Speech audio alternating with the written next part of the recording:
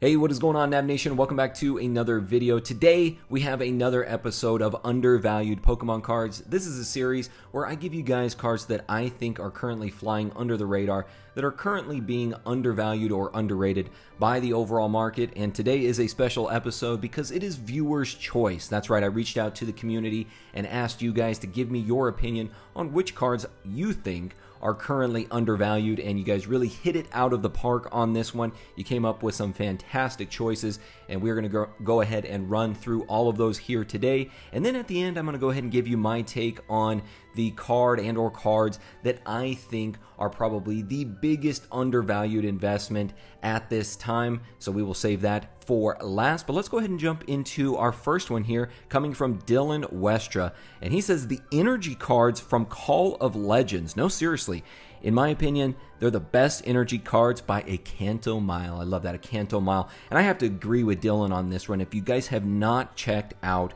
the energy cards from Call of Legends, you really are doing yourself a disservice. These, in my opinion, are like the gold standard of energy cards. Now, energies are not something that a lot of people get excited for, but these are almost like an alternative art form of energy cards, and they all relate to different types of Pokemon. So if you'll look, you've got a fire energy and it's got Ho-Oh in the background with that particular tower that was tied to Ho-Oh. If you look at dark energy, it's tied to Umbreon with like a city in the background. Really, really cool, and I love how it has both of those themes of the energy card, the classic energy, but also that alternative art form that we're starting to see more and more popular nowadays. So again, I got to give it up to Dylan on this one. I had forgot completely about these energy cards and really brought it to my attention here. So definitely one that I think you guys should be checking out. The next one on our list comes from the Holographic Trout. I'll tell you what, the 2004 to 2005 EX cards, Lugia EX Unseen Forces, and Rocket's Mewtwo EX, a fantastic era of Pokemon cards, and I mean, I'm happy about this one myself. Mewtwo, I mean, you can't get any better than that, at least in my eyes, and Lugia as well. I mean, two of my top 5 favorite Pokemon. And I have to agree, again, with the Holographic Trout on this one.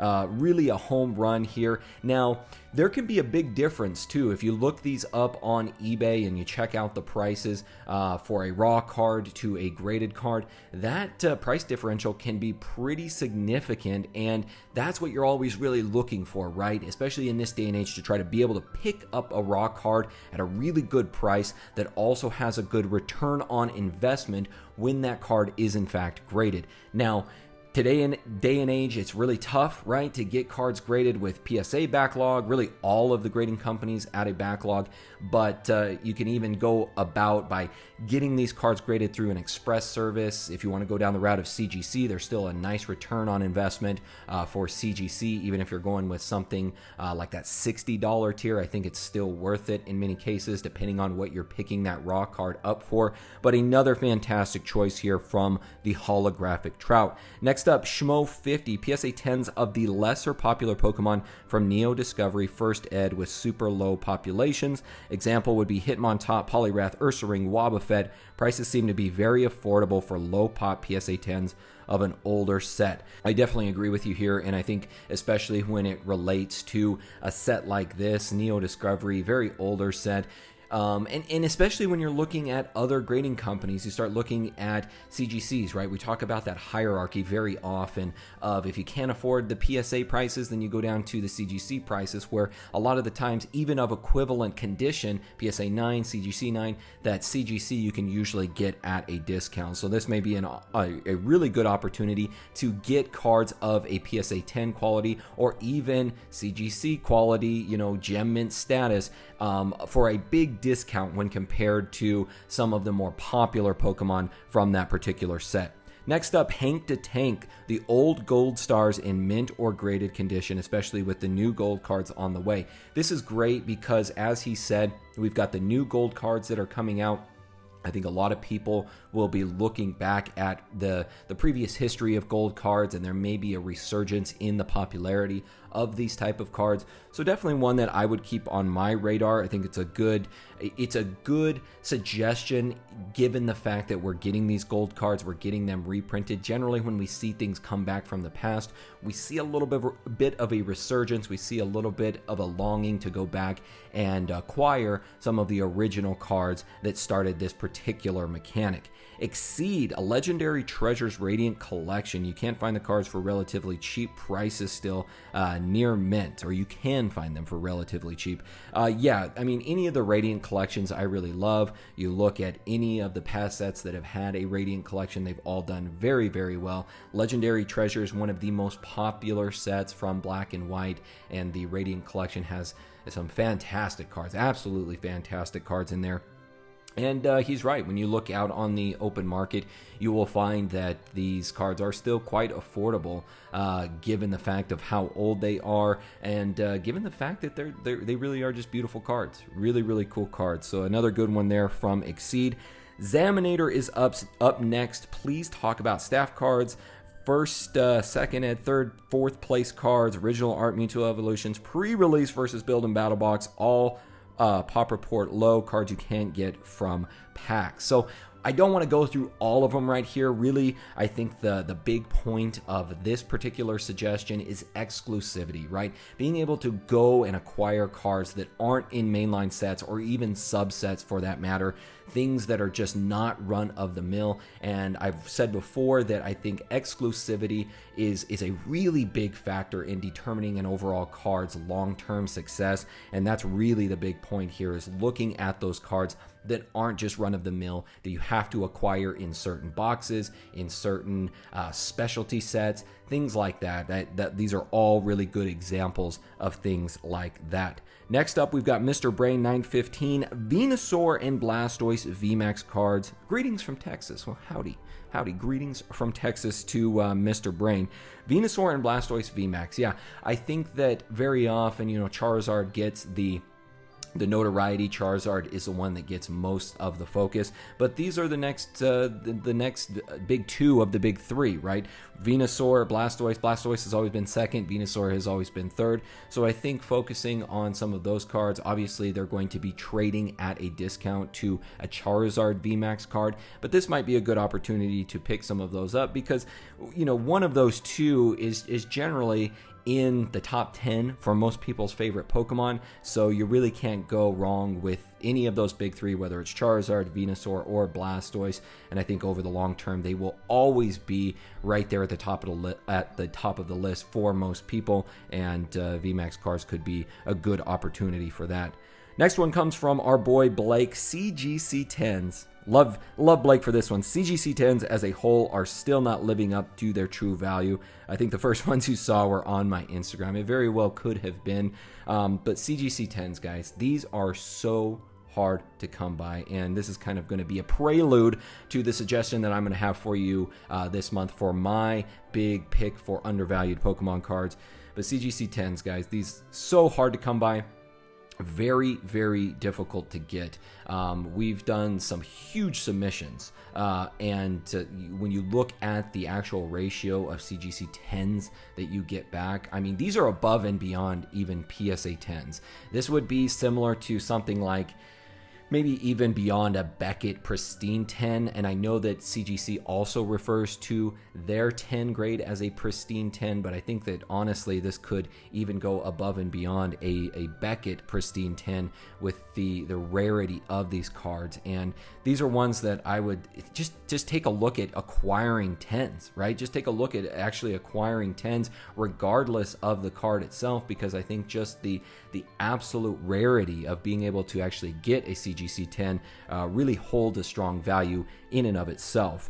Next up, we've got Brad Chesbro, Shining Legends Mewtwo GX, and XY Evolutions Dragonite full art. Again, two of my top 5 favorite Pokemon, so you guys must be just appealing to the PokeNav favorites here. But yeah, I can see some of these, you know, XY evolutions. A lot of those cards have really taken a hit over the last few months, especially the last 6 months, just because a lot of people were getting those graded, especially with PSA when the prices were so much lower.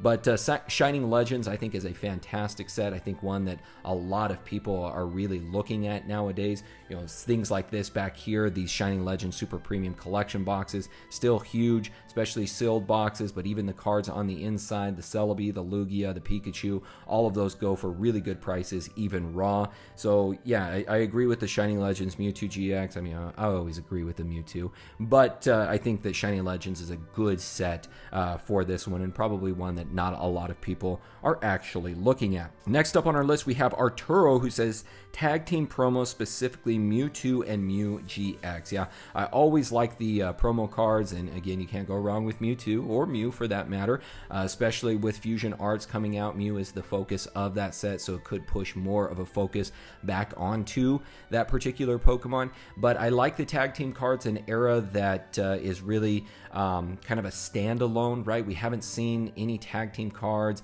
any of those kind of Unified Minds tag team GX type of cards since that particular run, and I don't think that we're really going to see it again. We may see certain Pokemon featured together in alternate art cards, but they're not really going to be classified as Mewtwo and Mew or Reshiram and Pikachu or whomever were in those tag team cards. I really think that is going to be one of the final eras that we see that kind of mishmash of Pokemon together. So it could be a good time to go ahead and pick those up. And again, I'll show you some examples that really combine a lot of these suggestions here at the end.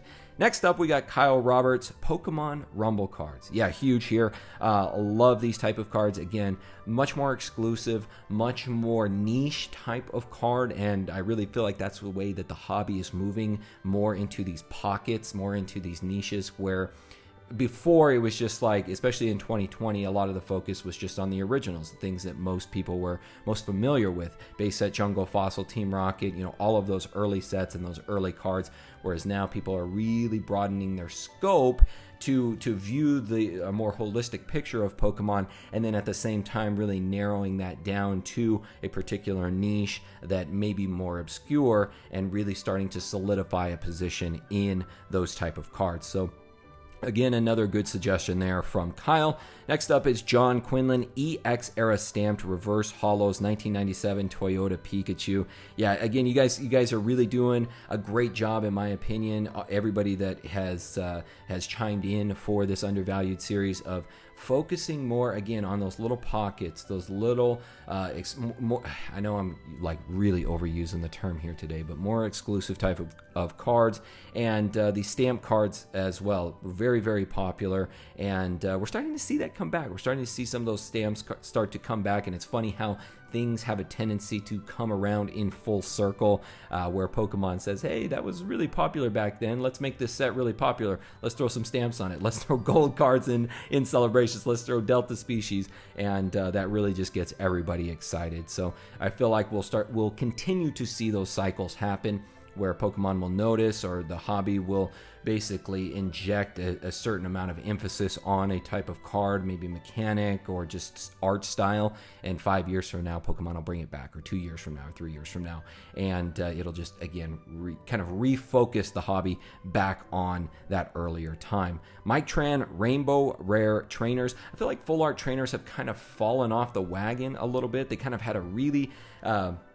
meteoric rise to success, and then kind of a dramatic fall off, whereas now I feel like more people are focused on the alternate art cards, whereas before it was a lot more focused on the full art trainers. But nonetheless, Rainbow Rare Trainers, or just full art trainers in general, depending on the type of trainer that we're getting, I think will always be popular. There's as much of a focus, in my opinion, now on actual characters as much as Pokemon, and I think that you see that a lot with like Skyla cards, Lily cards, things like that, where sometimes if those cards are introduced, they're just as popular as any individual Pokemon for that particular set. So I think that will continue at least into the near future. Up next, we've got our boy Pokédog. Dude, honestly, I've been scooping up Shadowless PSA 8 cards recently. I just purchased a PSA 8 Shadowless Hitmonchan for $75 ship. Nuts, right?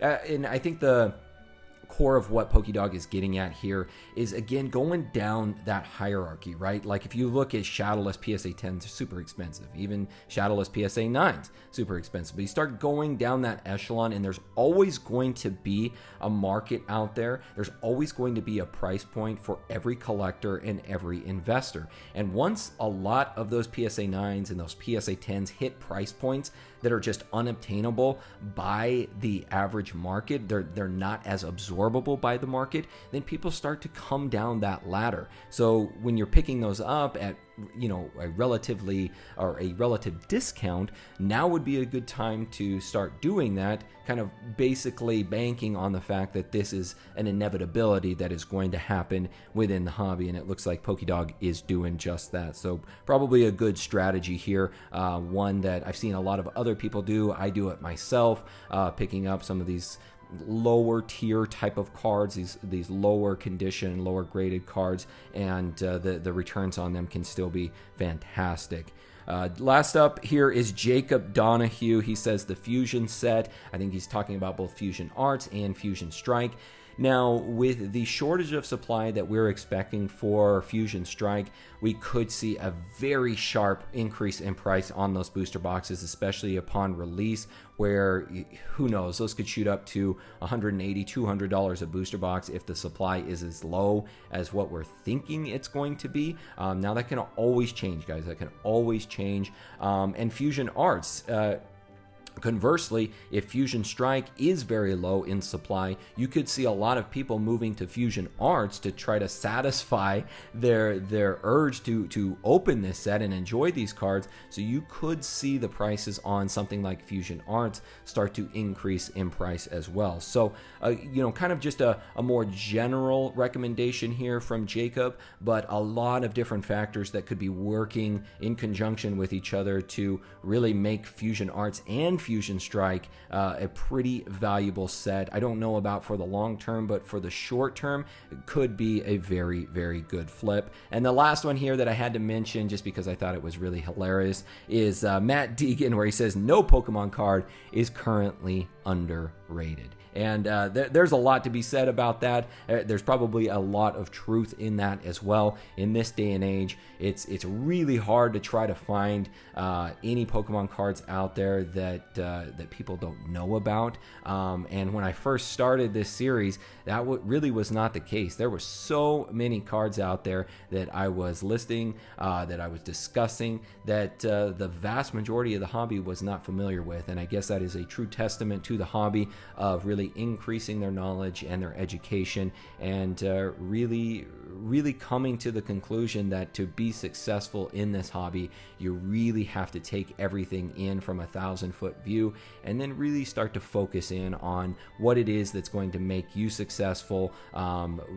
based upon your interest, based upon what area of the hobby you enjoy, and ultimately what your expertise is really in. All right, guys, so now that we've gotten through all of the viewer's choice undervalued cards, I'm going to go ahead and discuss the one that I recommend for this month. And it's kind of a combination of several things that many of the viewers discussed in here, and really bringing those together. But ultimately, my recommendation for you is to be looking at CGC 10s. These are both pristine 10s and maybe even more important, perfect 10s. Now I'm going to shoot on over here to the screen. I want to show you guys some of the cards that are just recently listed on eBay, and these are all what we're looking at right now are pristine 10s. Now, as I said before, it is so hard to try to get a CGC 10. These are very few and far between. And what you'll see on here is, as I said, there's some different factors kind of working together, different things that members spoke about in today's series. You've got something here like the Eevee and Snorlax GX, which is a tag team card, also a CGC 10. So we were discussing that we may not see these type of cards that much anymore. Tag team type of cards, two Pokemon together, and here you have it in a CGC 10. So again, this could be a very, very good opportunity, and I can tell you right now, I myself am starting to build a position in CGC 10s just because I've seen how difficult it is to actually get these cards back.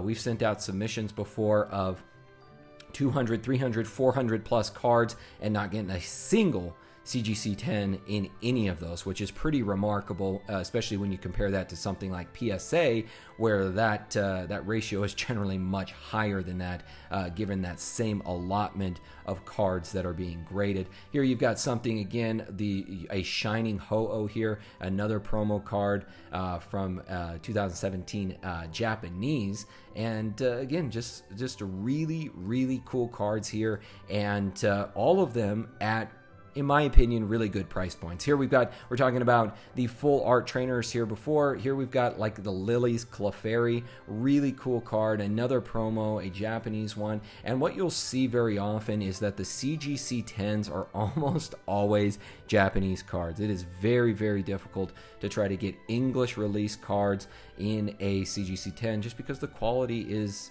just not that good. It's just not as good as Japanese. So now, beyond just the pristine 10, what I want to also look at is also the perfect 10s. Now, a perfect 10 versus a pristine 10. If you guys don't know the difference here, now we were just looking at the tag team before. The perfect 10 will have all 10s across all 4 characteristics of the card. A pristine 10 is going to have one 9.5 somewhere in those characteristics, but a perfect 10 is 10s across the board. And honestly, this is so analogous, in my opinion, to a Beckett Black Label. And these are very, very difficult to come by, guys. Very difficult. And CGC, as you guys know, they use partially an algorithmic based grading system along with human graders, and this could be why it is so difficult to, one, just get a pristine 10, but also a perfect 10 as well. And if you look at these when compared to a Black Label, trading at a huge discount to Beckett Black Label 10s versus the CGC Perfect 10, and in essence you have the exact same type of card here, right? 10s across the board. That is a perfect CGC 10. That is also a Beckett Black Label. 10s all across every single characteristic. So these would be another one, guys, that I would be looking at, trying to potentially build a position in. It's more difficult, obviously, to do it with the perfect 10s because they are significantly more expensive, but again, at the same time, this could be an example here where you have a card that is not very well known. I mean, CGC Perfect 10 Hiker. This is from Ultra Shiny. So not a super well-known card, but just in and of the fact of it being a perfect 10, I think is a very strong valuation of this particular type of card, and one that I think could really be of significance as we move forward. And again, as more of the hobby starts to grade with CGC, I think these could have a lot of potential, and I think it's an area that a lot of people are just overlooking. I see little pockets. I hear from different people who are starting to build positions in pristine 10s, in perfect 10s, but it's very small. You don't hear it very often, and luckily I do have a lot of resources out there, a lot of people that I communicate with, and I'm starting to see more and more of this, and Generally, when that's the case, when I start to see a trend, right, and moving in one direction, that's when I usually start to jump on it. I'm never really an early adopter. I kind of like to wait to see where things start to flow, and then I'll jump in. Sometimes it's a little too late, but that's just my investing style. But again, guys, I think this is probably one that you should be looking at, an area that you should be maybe focusing on, maybe taking a look at if you haven't done so before, as well as all of the other things that all the other subscribers gave to us today. All of those different recommendations I think are fantastic. And if you haven't been considering any of those, or maybe you felt like you're stuck and there's not opportunities out there, this should at least open your eyes to different things to take a look at and see if it fits in your particular investing style. So other than that, guys, that'll do it for this episode of Undervalued Pokemon Cards. I'm going to start doing these again every single month, just to give you guys a heads up on things that I'm looking at, and different pockets that maybe